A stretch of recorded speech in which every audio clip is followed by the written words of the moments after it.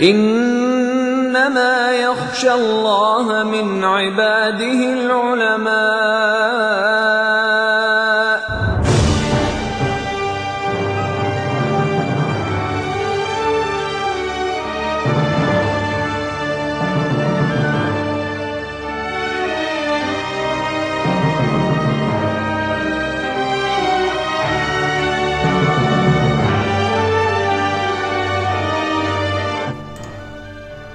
Bismillah ar-Rahman ar-Rahim. Ayatullah al-Uzma Seyed Ali Qazi Tabatabai, born on the 13th of Dhul Hijjah 1282, 29th of April 1866. His father Sayyid Hussain Qazi, a noble person, a qualified alim, and among the brightest students of Ayatullah al-Uzma, Mirza Muhammad Hassan Shirazi, who also certified his ijtihad at the age of 27. Ayatullah Sayyid Ali Qazi started his religious studies at the age of 15. His Ustad Shaykh Muhammad Bahari was among the students of Mullah Hussain Quli Hamadani, from whom wonders were seen, and who invested his life in educating and blossoming the talented students, of which 300 are enlisted among the Awliyaullah. Among them, Shaykh Muhammad Bahari, Sayyid Ahmad Karbalai, Mirza Jawad Aqa Maliki Tabrizi, etc. Ayatullah Sayyid Ali Qazi moved to and settled in Najaf in 1308 at the age of 26. In fiqh, tafsir, hadith, Quranic sciences, Arabic grammar, tajweed, he was second to none.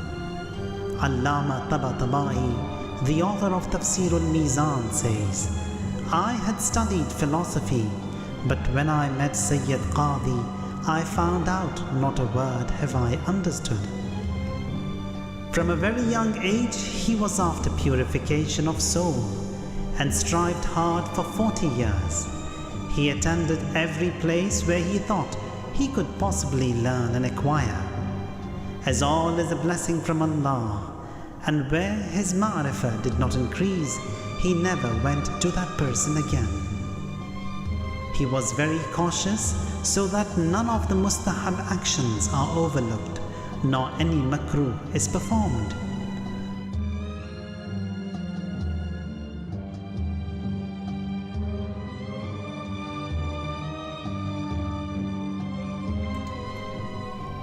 He says, for 20 years I strived hard so that not a look at a non-mahram is casted, until the Almighty Allah blessed me with a favor.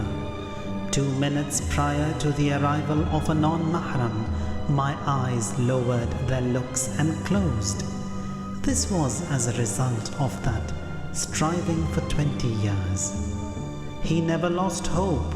He believed in what he had heard, and that is the true desires and the desired are one.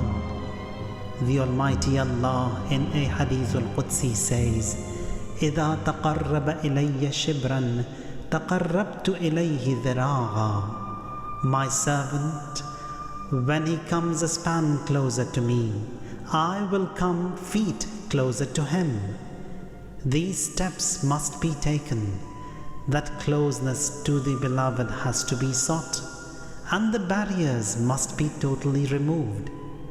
He said, in the field of spirituality, if a door opens before you, be more steadfast. Say, O God, increase it. In worship, one must be patient. In this path, no matter what the circumstances may be, if your sustenance is taken away, be firm. If your livelihood is seized away, yet stay with God. He said, in this ocean of madness we strive. Should a vision or a dream be shown or not, I don't care. All these years of striving patiently were not for the charm, beauty, or to gain a miracle. I wanted ma'rifah, awareness, and nothing else.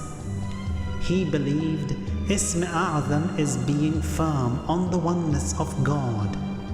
A person in search of Haqq was firm. Ism A'zam will be implanted in his soul, and then he becomes able to perceive the divine secrets. And because he is firm and steadfast, he will ultimately hear the angels. The glorious Quran says, إِنَّ الَّذِينَ قَالُوا رَبُّنَا اللَّهُ ثُمَّ اسْتَقَامُوا تَتَنَزَّلُ عَلَيْهِمُ الْمَلَائِكَةُ أَلَّا تَخَافُوا وَلَا تَحْزَنُوا وَأَبْشِرُوا بِالْجَنَّةِ الَّتِي كُنْتُمْ تُوعَدُونَ. Ayatullah Qazi offered his Maghrib and Isha prayers in the sacred shrines of Imam Hussein alayhi salam and Abul Fadl alayhi salam. Ayatullah Qazi was very well-mannered and kind. This characteristic is for the pure and the selected servants of Allah. Only those who can resist the divine light have purified their hearts to hold this quality. Ayatullah Qazi was among the most perfect, the Kummaleen, an alim, a mujtahid, a faqih, a jurist, a philosopher, a scholar, a mathematician, a mystic. His tawadu, his humbleness. If he was not a perfect reflection of akhlaq, he would never had students like Allama Tabatabai, the author of Tafsir al-Mizan. His daughter says, he counted himself among the lowest. When his grandchildren addressed him as Ayatullah, he said, I do not know anything. I am not an Ayatullah, don't address me as such. He was occupied mostly in worship, du'as and educating his students. He said, this is what would remain and benefit. In the majalis held for Abu Abdullah, he arranged the footwear, cleaned them, with no regard to what people would say. Ayatullah al-Uzma Sayyid Abul Qasim Khoyi says, whenever I went to his meetings, I took my footwear with me to avoid him cleaning them and putting them together before me. Sayyid Abdul Hussein Qazi, his grandson, says, one of his relatives died. The body was brought to the shrine of Imam Ali alayhi salam. It was a custom. The family of the deceased requested the most aged in the congregation to lead the prayers. They came to Ayatullah Qazi, who was in his last years of his life. Ayatullah Qazi requests Sayyid Muhsin Hakim, who was very young at that time, saying, no one knows me and fewer people would join me in prayers. You are renowned. By me leading the prayers, the thawab to the deceased will be lessened due to the fewer mu'mineen. You lead so that the dead benefits more. His daughter says, he hated to hear when we said your students have come. He said, I hate when you say you are my students. He never sat higher than his students, nor ever walked in front of them. He always walked behind them, despite their emphasis. A group of mu'mineen came from Iran. They said, we are in your taqleed. He cries, raising his hands, God, you know that I am not what they think.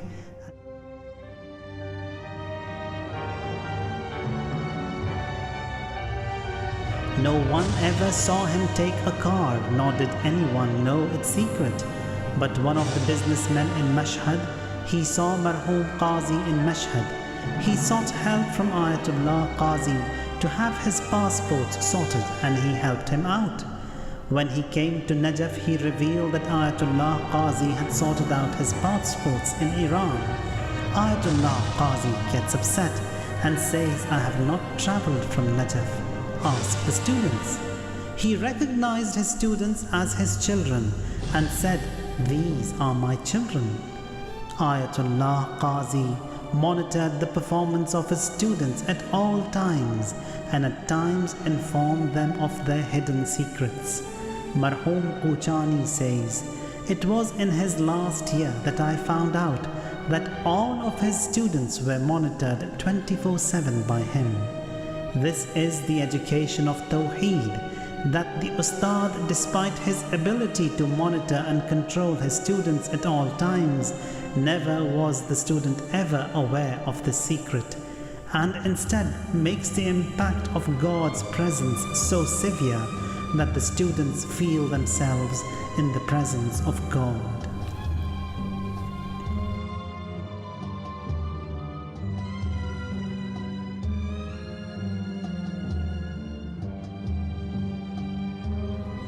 Noble reminders to his students. He said, if one offered his mandatory prayers on the hour and does not arrive at the high ranks, curse me. Don't make your prayers commercial. Offer them on the hour with fear and fright. If you protect your prayers, everything else is protected. Tasbih of Hazrat Zahra alayha salam is among the great recitals. And do not forget Ayatul Kursi after each prayer. He said, never distance yourself from Quran. After completing his regular tasks, he recited Quran and said, recite Quran correctly. He said, study the Islamic history from the birth of the Prophet sallallahu alaihi wasallam to the year 260 after Hijrah. He then instructed his students to offer the nocturnal prayers. He said, upon you is to recite Quran loud at night in a beautiful voice. Indeed, it is the drink of the believers. Recitation of Quran must not be less than 1 juz. He said, I wonder how a person can reach the high ranks once he does not offer his nocturnal prayers. It is impossible for a person to reach the rank of the monotheists but through Aba Abdullah, Seyed al-Shuhada Husayn ibn Ali alayhi salam. He said, all favors and blessings are provided through Aba Abdullah al-Husayn alayhi salam, and the foremost provider of this virtue is the radiant moon of Bani Hashim, Abul Fadl al-Abbas alayhi salam. He said, to find an outlet in dead ends, recite salawat 5 times, followed by Ayatul Kursi, and repeat a lot in your heart, not with your tongue. Allahumma ja'alni fi dir'ika al-hasina allati taj'alu fiha man tasha. He emphasized reciting Dua Kumail on Thursday nights and Ziyarat Jami'at al-Kabira on Fridays. He said, when the jinn were inquired of their faith and belief, the jinn answered, like the humans, jinn too are of various religions, but there are no Sunnis among the jinn. Among us live those jinns who witnessed the event of Ghadir. Every Thursday night till the morning he stood in the sacred shrine of Aba Abdullah al-Husayn alayhi salam, never said, read or recited anything. He just stood and looked at the shrine. He was so close to Ahlul Bayt alayhimus salam, as if part of their immediate family. The barriers, the hijabs were all removed for him. When Imam al-Asr Ajjalallahu ta'ala farajahu sharif arrives, the 313 noble men will join him in a blink of an eye from all corners of the world at Mecca by the holy Kaaba. Imam alayhi salam will show them a note. At seeing the note, the 313 will doubt and shake and disperse for a while and return the next moment. Ayatullah Qazi says, I know the statement in Imam's note that will make the 313 disperse from him. They will disperse from the Imam and by the might of Tayyul Ard, they will search the entire world and will find no one possessing the Wilayat Mutlaqa but the Imam alayhi salam, and will all return to him. Imam as-Sadiq alayhi salam says, I know what the statement is. Ayatullah Qazi has come so close to the Ahlul Bayt alayhimus salam, where they could confide in him, a mahram of their secrets indeed. He said, Imam alayhi salam lives a natural life, a regular life. When inquired how, he replied, don't further inquire me about all that. Allama Muhammad Hussain Tabatabai, the author of Tafsir al-Mizan, says, for further education I travelled to Najaf. I was worried about my future. I was unaware of how life would be in Najaf, who my teachers and what my study circle would be like. Upon arrival at Najaf, I looked at the sacred dome of Imam Ali alayhi salam and said, Ya Ali, I have come to you, but I don't know where to start from. What should my program be? You help me, you guide me to what is best for me. I rented a house, and the same day someone knocked. A very pious Noorani, a very attractive, and among the great ulama came. He talked to me, he recited a few poems. The gist of it was that one who has come to Najaf for further education, it's good to work on akhlaq and tahzeeb too. He became a friend of mine in that very meeting. His short words hit my heart. I found out what my program and duty in Najaf is. I attended his durus akhlaq so long as I was in Najaf. I benefited from him a lot. That great scholar was none other but Ayatullah al-Uzma Qazi Tabatabai. Ayatullah Qazi's meeting with Sheikh Rajab Ali Khayyat. Once Sheikh Rajab Ali Khayyat visits Najaf, not for education. It was after lunch on a hot summer day, so hot that even the pigeons did not fly in that heat. Sheikh Rajab Ali Khayyat comes to Ayatullah Qazi's house, knocks at the door. One of the children said he is asleep in the basement, the Sardab. He says, wake him up, it's urgent. Ayatullah Qazi comes to the door. Sheikh Rajab Ali Khayyat says, I was in the shrine of Imam Ali alayhi salam. I met the Imam and he asked me to come to see you. It was as such that Sheikh Rajab Ali Khayyat was blessed with a special favor, and that is when he saw the herbs, shrubs and vegetation, he knew its properties immediately. It's a while this favor has been taken away from me. I travelled all the way from Tehran to recover this lost favor. I went to Imam Ali alayhi salam and he said, the solution is with you and I have come to you for the solution.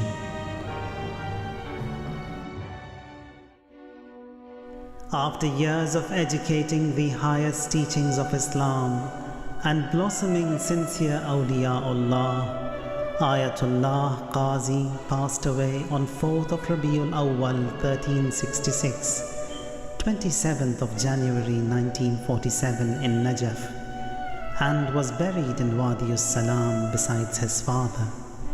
He lived for 83 years.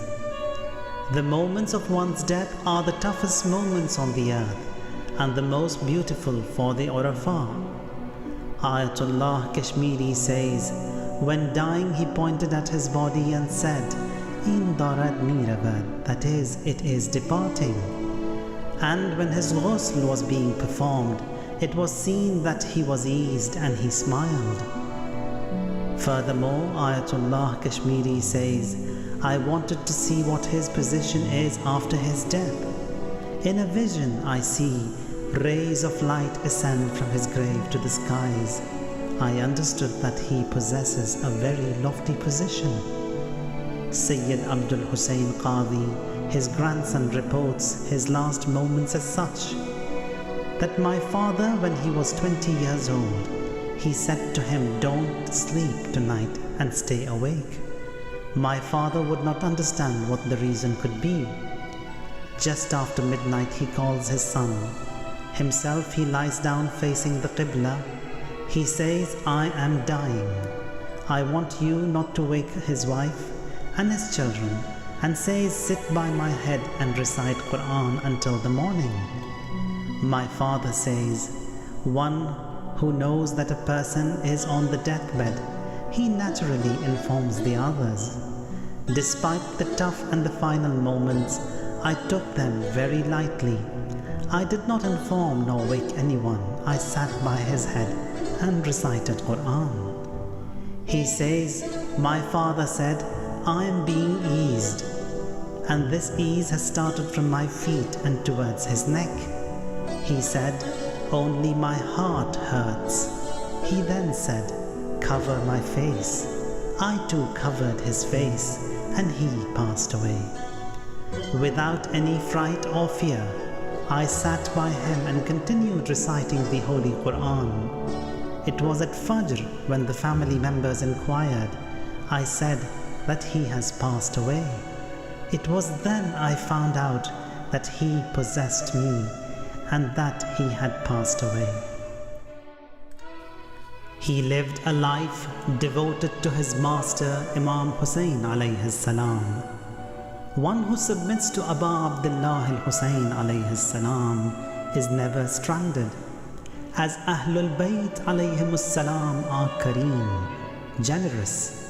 Through a vision, Imam appoints a person named Aqa Yahya, who did not know Ayatullah Qazi until his death, to carry out the funeral services, and he carries out all the tasks.